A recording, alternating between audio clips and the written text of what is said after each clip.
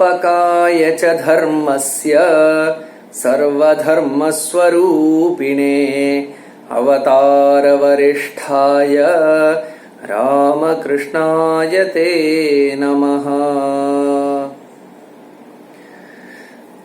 Namaste children. I am really happy to share or be part of this storytelling session and share a story, small story from the Ramayana. I hope in this lockdown period you will all be in the TV series, you will be watching Ramayana and Mahabharata, and so you will be aware of Ramayana and Mahabharata, and also as part of activities in Sri Ramakrishna Math, you will also be hearing about Ramayana and Mahabharata. But the story that I am going to tell you today is a rare story, and I hope you will enjoy this. Now, you know that in Ramayana, Rama is sent to the forest because his Kaikeyi, the wife of Dasharatha, stepmother of Rama, so she makes Dasharatha to exile Rama to the forest. So Rama, Lakshmana and Sita, these three go to the forest to spend 14 years in exile. So in the forest, this story happens in the forest, and what happens is Sita one day in the forest, when they are in a hut, in their hut, so one day Sita calls Rama and then says, "O Lord Rama, I have a small request to you. Now we are in the forest. Normally, when people come to the forest, so they come here for meditation. In ancient times, people, when they go to the forest, they used to go to the forest for meditation and peaceful activity. So Sita tells Rama that we are in the forest and let us spend our time peacefully. Why are you always holding a bow, and why are you always wearing an arrow and the quiver with all the arrows? You should shed the bow and arrow, and we should spend our time in a peaceful manner." So to this, Sita Devi tells a story to Rama that the more we associate with any particular thing, we get its quality. The more you keep the bow and arrow and the other weapons with you, you attain the violent qualities of that. So we have to leave that and be peaceful. That is what Sita wants to say. To this, Sita Devi tells a story to Lord Rama. So this is a rare story. It's not told in many places. This story appears in the Aranya Kanda of Ramayana. Sita Devi says that once upon a time in a forest there lived a sage, a rishi. What does a rishi do? So that rishi, he used to live in a small hut, and every morning he wakes up before the sunrise and then goes to the nearby river, and in the river he takes bath and then salutes the sun god Surya Bhagavan, and then makes offerings and worships the sun god. After that, he will wander around in the forest, collect fruits, nuts and also some roots, and then used to eat it.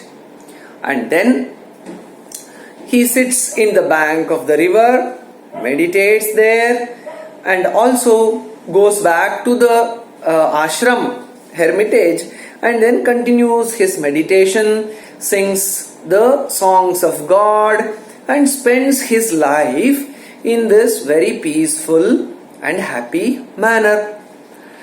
Now, Lord Indra, you know who Lord Indra is? Yes, you guessed it right.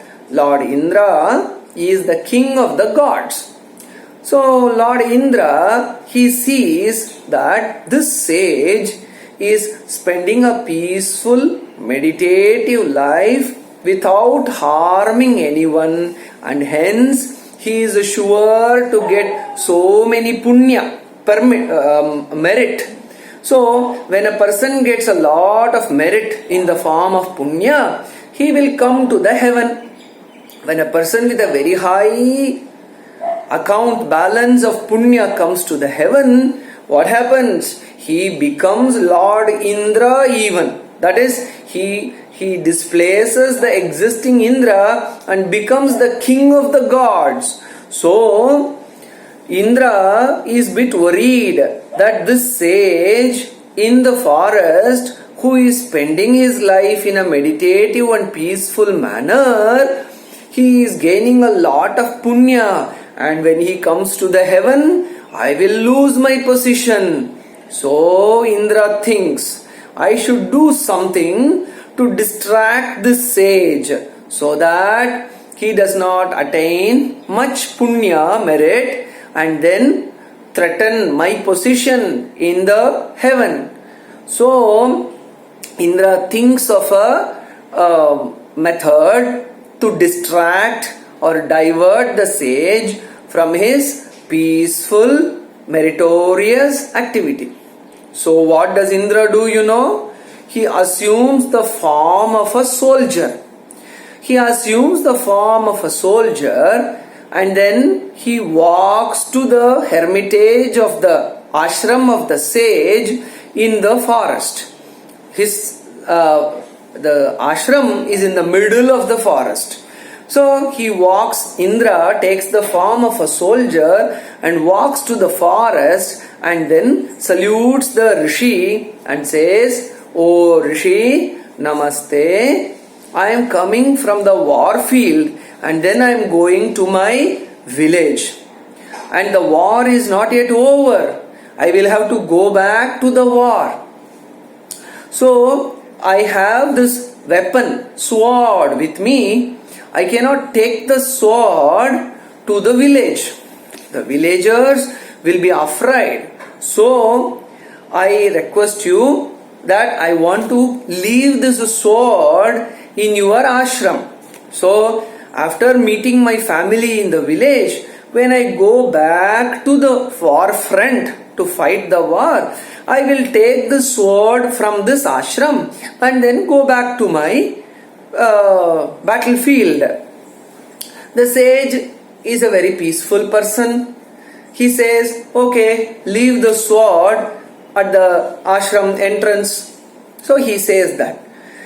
Now Indra is in the form of a soldier and he is happy that stage 1 of his plan is successful.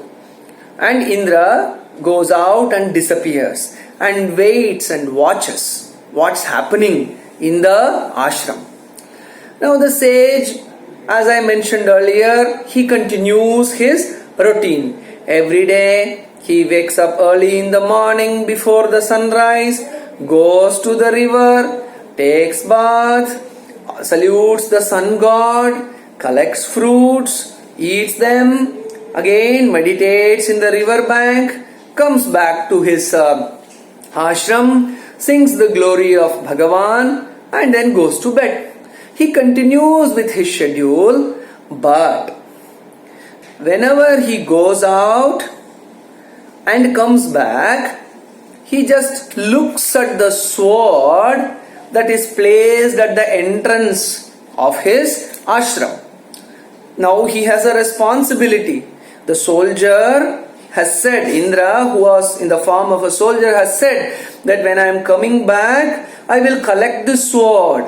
So please take care of this. So the Rishi has a responsibility. The sage has a responsibility of taking care of the sword.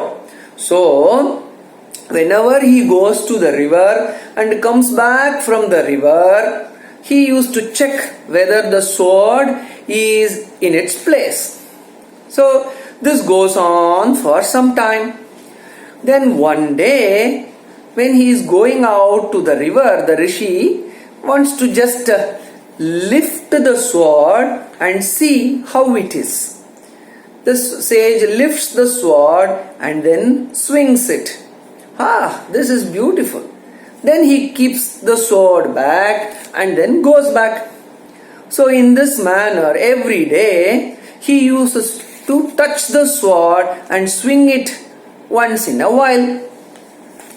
Then, so some days pass like this, and after some time, what happens is, he wants to carry the sword with him to the river banks.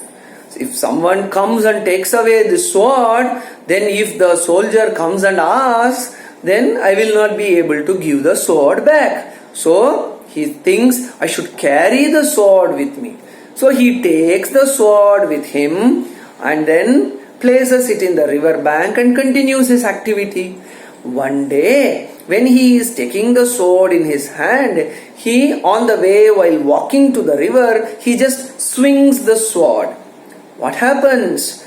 That in the ground, a few blades of grasses are growing, and when he swings the sword, the grasses are cut. Now he sees, wow, this is interesting. So he swings more. He swings more and more. More grass is cut, more plants are cut. So in this way, the association of the sage or the rishi with the sword increases day by day. Now, whenever the rishi goes out of the ashram, he never goes out without the sword. Now, earlier the sage was cutting only the plants. Now, one day he feels, I will cut an animal. I will injure an animal with this sword. How does it work? So, he cuts an animal. And so in this manner, as the days progressed, the rishi is distracted from his peaceful meditative activity. What did he used to do? He used to wake up early in the morning, go to the river, take bath, salute the sun, collect fruits, eat them, again meditate. So in this peaceful activity, this sword has come. So he never goes without the sword, and he is now injuring everyone, and hence gradually this peaceful sage has now become a demon who kills everyone, anything and everything that comes in his vicinity.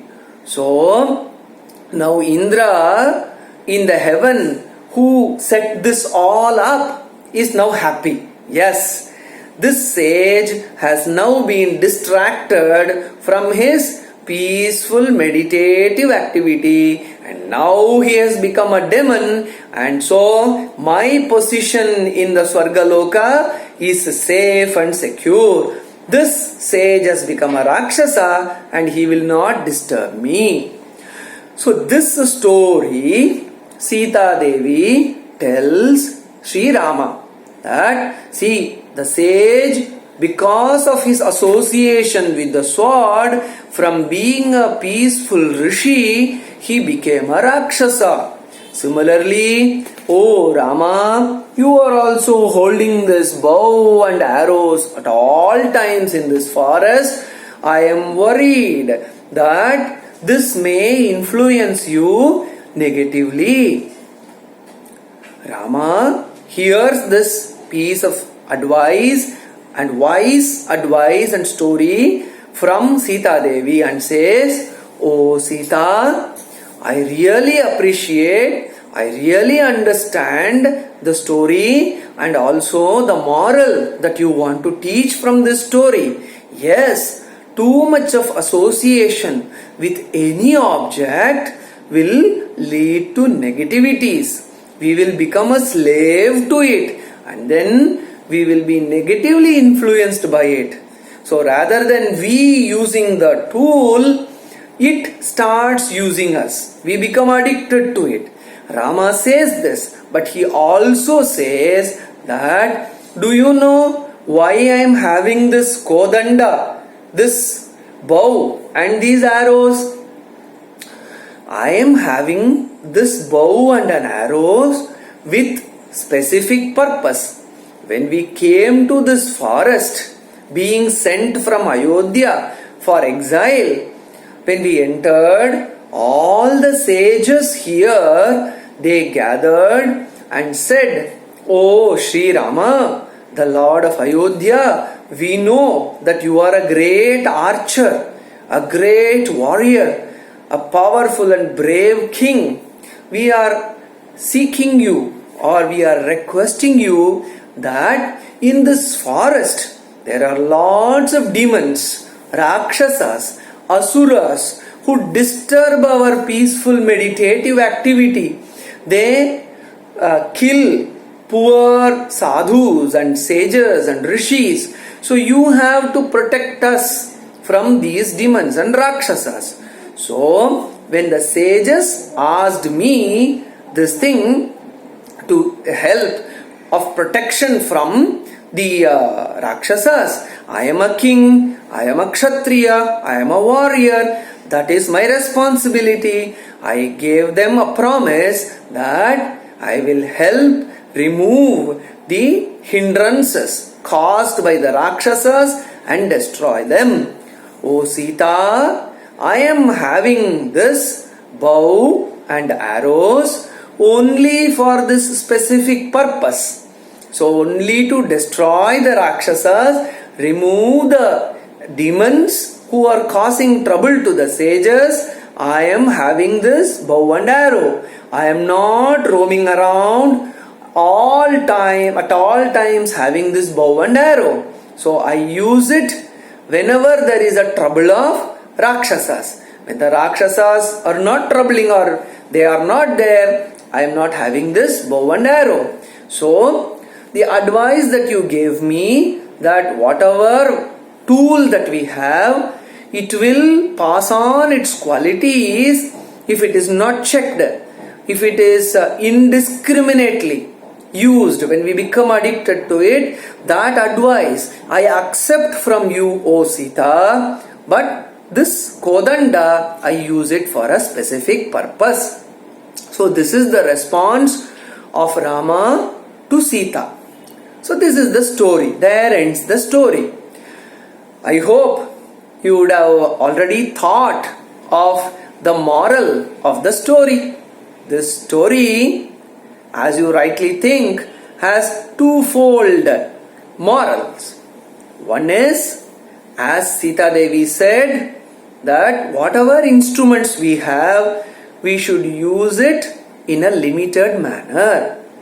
So, what are all the instruments these days that we are using? See, this is a lockdown period. We are all inside the house. So, invariably, we have the TV, we have the laptops, and we have the mobile phones. So, these are the instruments that we have.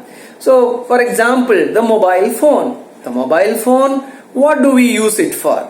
We use the mobile phone for, yes, of course, we play a lot of video games and we use it to watch movies. And mobile phones are also now becoming a tool for learning. There are so many apps. There are even our school classes, sometimes we get through video lessons. Even this particular video on this story, you might be using a gadget in the form of a TV through which you are seeing. So, for learning purposes, for entertainment purpose, in the form of watching videos and also playing games, you will be using this gadget called the mobile phone. But there should be a limitation. We should have a clear understanding about the purpose. Why are we using this? Of course, we should play games. Of course, we should enjoy movies and cartoons or whatever video shows that we have, and we should use it for learning purpose also.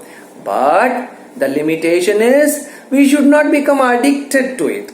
See, instruments, gadgets are there to help us, and we should use them as and when necessary, and when their purpose is served, we have to put them away. Or else what will happen? You should remember what Sita Devi told about the sage. The more and more he got associated with the sword, the sage became diverted from the goal of his life. Similarly, the more and more we use or we become dependent on the gadgets, we lose the purpose of life. Or see, we have friends, we have the family members, our own brother, sister, father, mother, grandpa, grandmother, all these people, we get disconnected from them, and we get connected only with the mobile phone, and leading a healthy, happy family life, that is lost. We are not able to interact with them, we become moody, and then we are not happy. So, while using gadgets, like this is one example, like mobile or any other gadget or any other instrument that we use, we should always be aware that they serve a particular purpose. When the purpose is served, yes, for this particular day, I use the mobile on these particular times. After that, I will not touch it. There are so many other gainful, interesting activity. There is coloring, there is drawing, there is paper art. See, this sword which is made by a child, my daughter, it is a work of a paper. So with the paper work, one can do wonders. So in this way, there are so many wonderful activities other than the mobile, other than the electronic gadgets. So the moral of the story is that whatever instruments we have to use it for specific purpose. The answer of Sri Rama, that also is important. It is not that we should shun or we should never look in the side of the mobile phone. No, it's not that way. Rama said, I use this bow and arrow for a specific purpose. So we should be aware of the specific purpose. So by using the bow and arrow, if you read Ramayana, you see that he had to very great benefit and outcome. He killed, removed various demons like Viradha, Kabandha, and so many other Rakshasas, and also 14,000 Rakshasas were killed, and finally the great Rakshasa Ravana was also destroyed. But never ever Rama misused the bow and arrow and also the divine power of his archery skill. He negatively used it.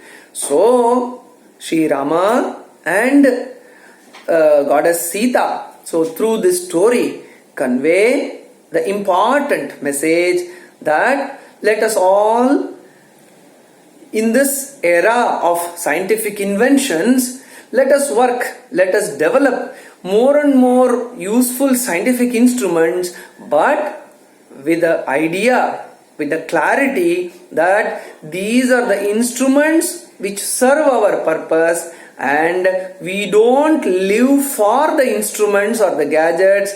It is the gadgets which are there to help our life, to make it comfortable. So this is the moral of the story, and I hope you would have enjoyed this story, and I wish you all a very good future, and I thank the Swamiji for giving me this opportunity to share a small story from the Ramayana. Om Shanti Shanti Shanti.